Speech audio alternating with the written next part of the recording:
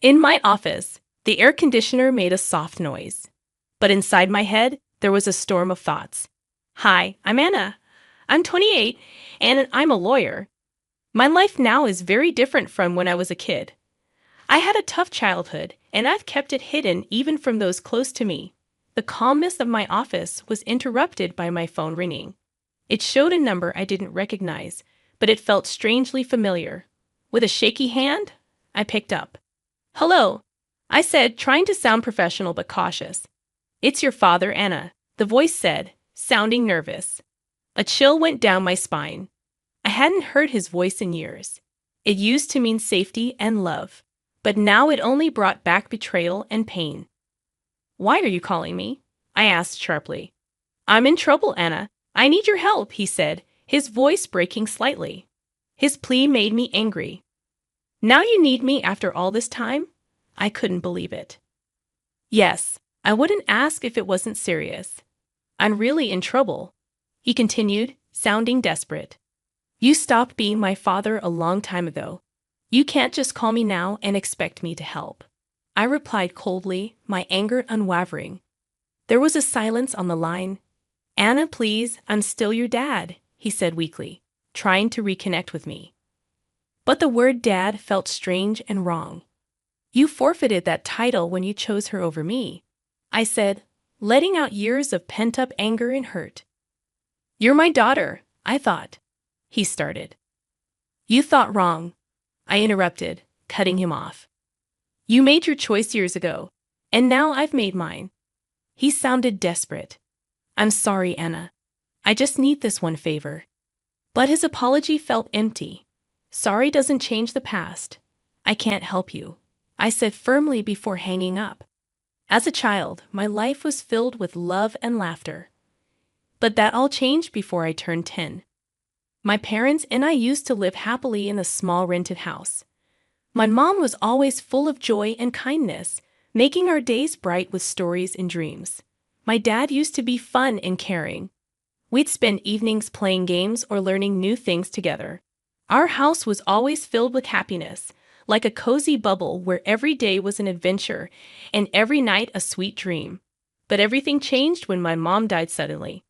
Our once joyful home turned quiet and sad, filled only with memories. Walking through the rooms felt like being surrounded by reminders of her absence. The loss was hard for both me and my dad.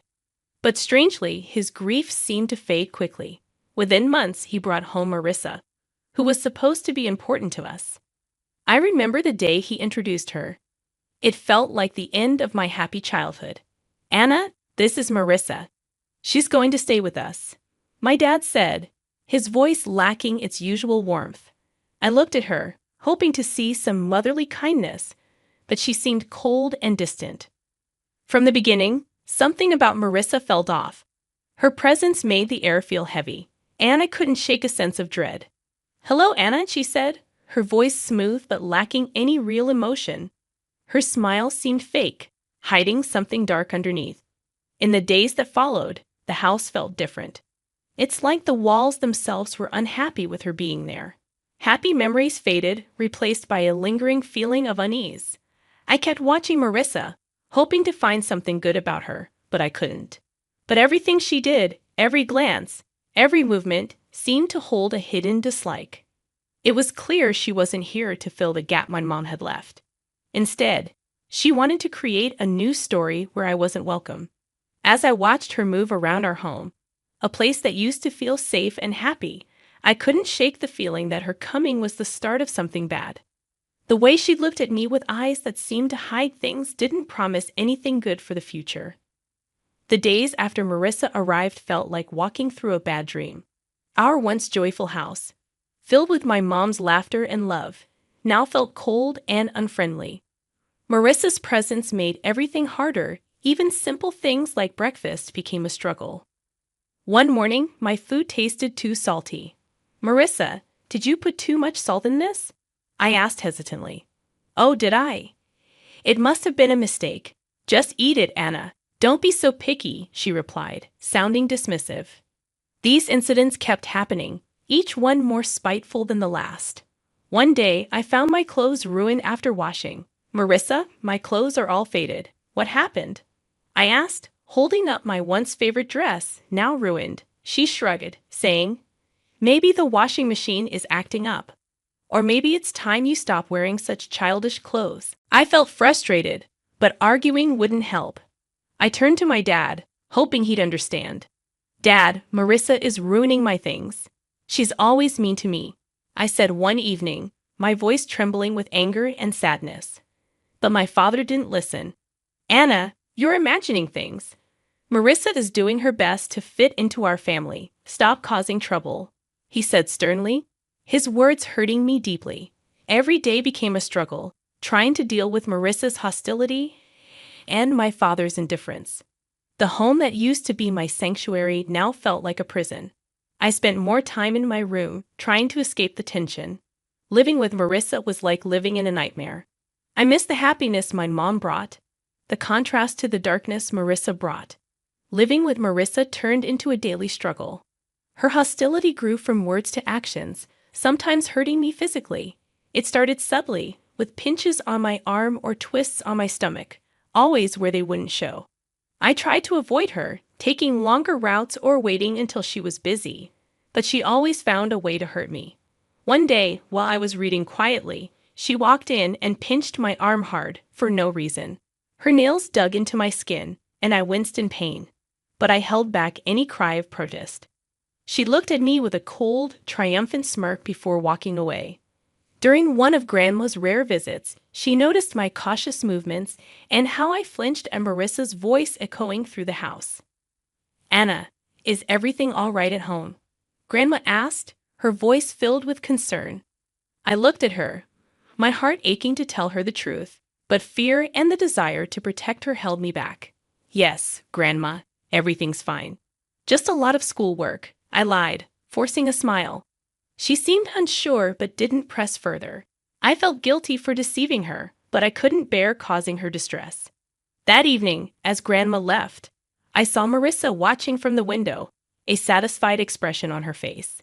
It was as if she enjoyed having control over me, knowing she could hurt me and get away with it. Her triumphant look made it clear she was in power, and I was just a helpless player in her twisted game. I retreated to my room, feeling trapped in a cycle of abuse and silence. The physical pain from Marissa's pinches and twists was bearable compared to the emotional turmoil I felt. School became my sanctuary, a place where I could briefly escape my home life's misery. But even there, the shadows of my struggles at home began to seep through. My teacher, Mrs. Thompson, a kind-hearted woman who always encouraged her students, started to notice changes in me. One day, as I handed in my homework, she gently grabbed my wrist, her eyes drawn to the bruises. Anna, what happened here? These look like bruises, she said, her voice filled with concern. I quickly pulled my arm back, covering the bruises with my sleeve. It's nothing, Mrs. Thompson. I fell while playing, I lied, avoiding her gaze. Mrs. Thompson didn't look convinced. Anna, if there is something wrong, or if someone is hurting you, you can tell me. It's important to speak out, she urged, her eyes searching mine for the truth. I wanted to confide in her, to tell her everything about Marissa and how I lived in constant fear. But the words wouldn't come. Instead, I forced a smile.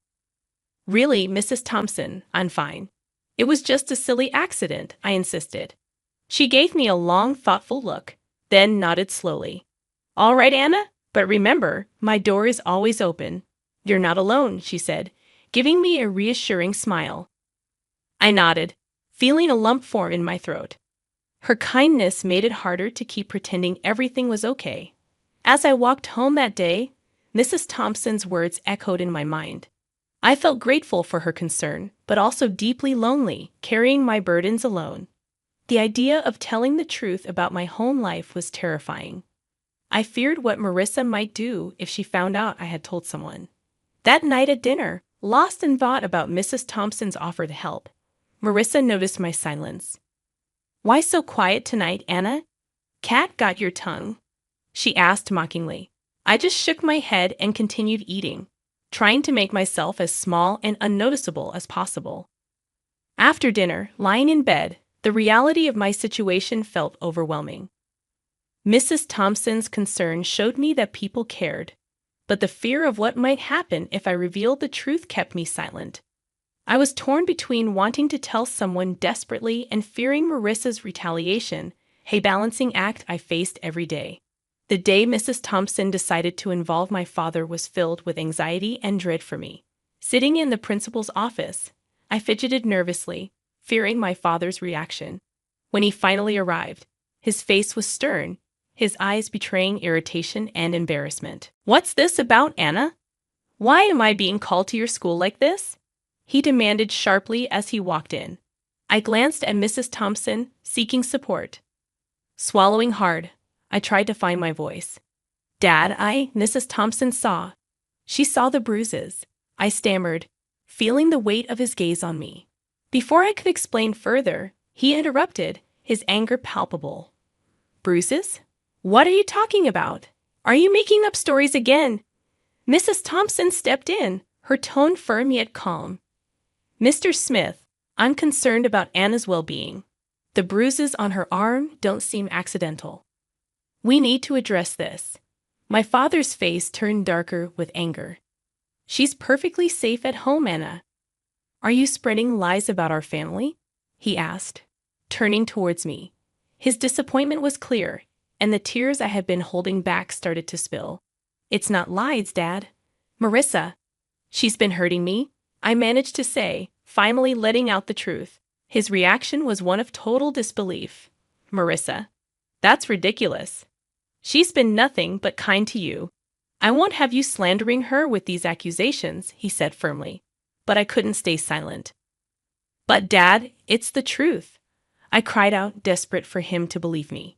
He stood up abruptly, his patience wearing thin. "Enough of this. Tell Mrs. Thompson you made it all up," he ordered. Obediently, I turned to the teacher and repeated his words. She nodded back, not saying anything. Upon reaching home, without another word, he locked me in my room. Through the door, I could hear Marissa's voice, dripping with false concern. "I told you she's just seeking attention," she said. I sat on my bed, feeling profoundly isolated and despairing. The one person I thought I could always count on had turned his back on me. The walls of my room, which had once felt like my personal haven, now felt like the walls of a prison. I lay there, thinking about everything that had happened. The physical pain of the abuse was nothing compared to the emotional torment of being disbelieved and punished by my own father. It was a harsh realization that the person who was supposed to protect and love me unconditionally was now the source of my deepest pain. The days following my confinement in my room were some of the darkest I had ever experienced. Trapped and feeling utterly alone, I realized that my only hope lay in my grandmother, my father's mother. She was a kind and loving woman who had always shown me affection. But I had never dared to burden her with my troubles at home. One evening, when I was sure Marissa and my father were occupied, I mustered the courage to call my grandmother. My hands were shaking as I dialed her number. "Hello!" Her familiar warm voice came through the phone. "Grandma, it's me, Anna," I said, trying to keep my voice steady. "Anna, my dear, how are you?"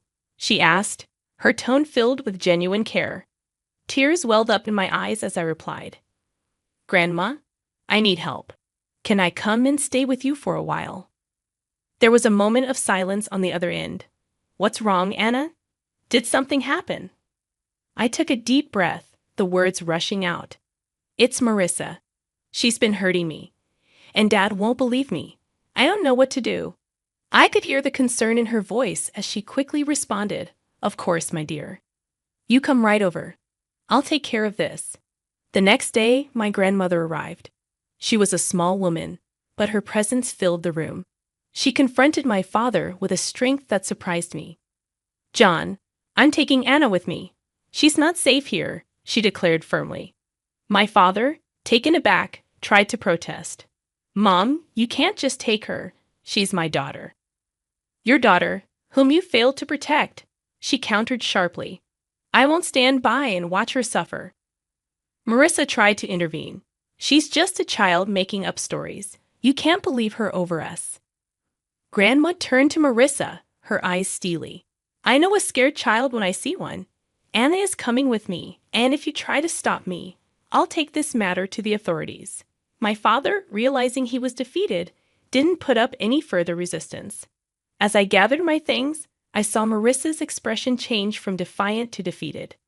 Leaving the house with my grandmother, I felt a weight lift off my shoulders. For the first time in months, I felt safe. The car ride to Grandma's was quiet, but her presence was comforting. Once we arrived, she turned to me and said, "You're safe now, Anna. You don't have to worry anymore." In my grandmother's house, I found the love and security that had been missing in my life. It was a haven where I could heal and regain my strength. The contrast between her nurturing home and the coldness of my father's house was stark.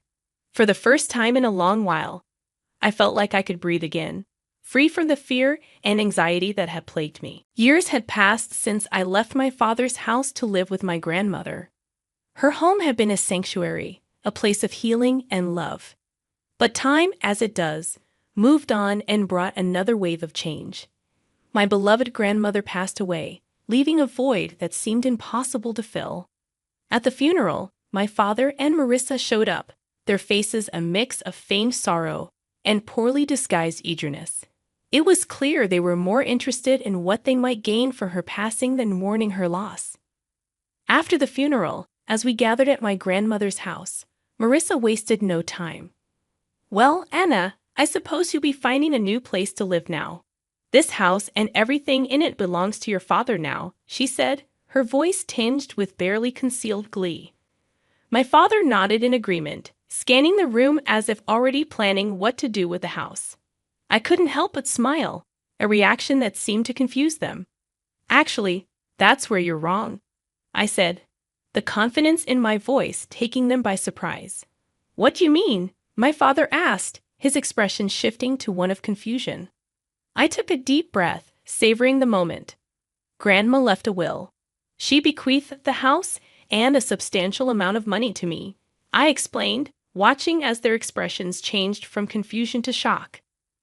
But you're just a child. I'm your father. I should be in charge of any inheritance you receive." My father stammered, his sense of entitlement clear. Marissa chimed in, her voice shrill. "Yes, until you come of age, your father will manage your property. Good prospects." Their reactions were almost amusing. "You don't give a damn about me so much that you didn't even wish me a happy birthday." I turned 18 a month ago. I'm legally an adult now. I make my own decisions, I stated firmly, relishing the look of realization dawning on their faces. My father's expression turned from shock to anger, then to a sort of desperate pleading. "Anna, you can't do this. We're your family," he said. I looked at them, memories of my childhood flooding back. "You stopped being my family a long time ago," I said, my voice steady.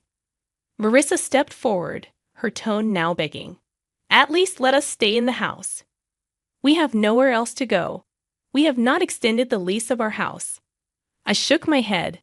"This is my house now. You'll need to find somewhere else." As they left, the weight of years of pain and neglect seemed to lift off my shoulders. I stood in the house that was now mine, a house filled with memories of my grandmother's love, and felt a sense of closure. The echoes of the past my father's call stirred remained. I sat there, phone in hand, feeling a tumult of emotions, anger, betrayal, and a sense of injustice. But amid all that, there was also a sense of strength, a reminder of the resilience that had carried me through the darkest of times.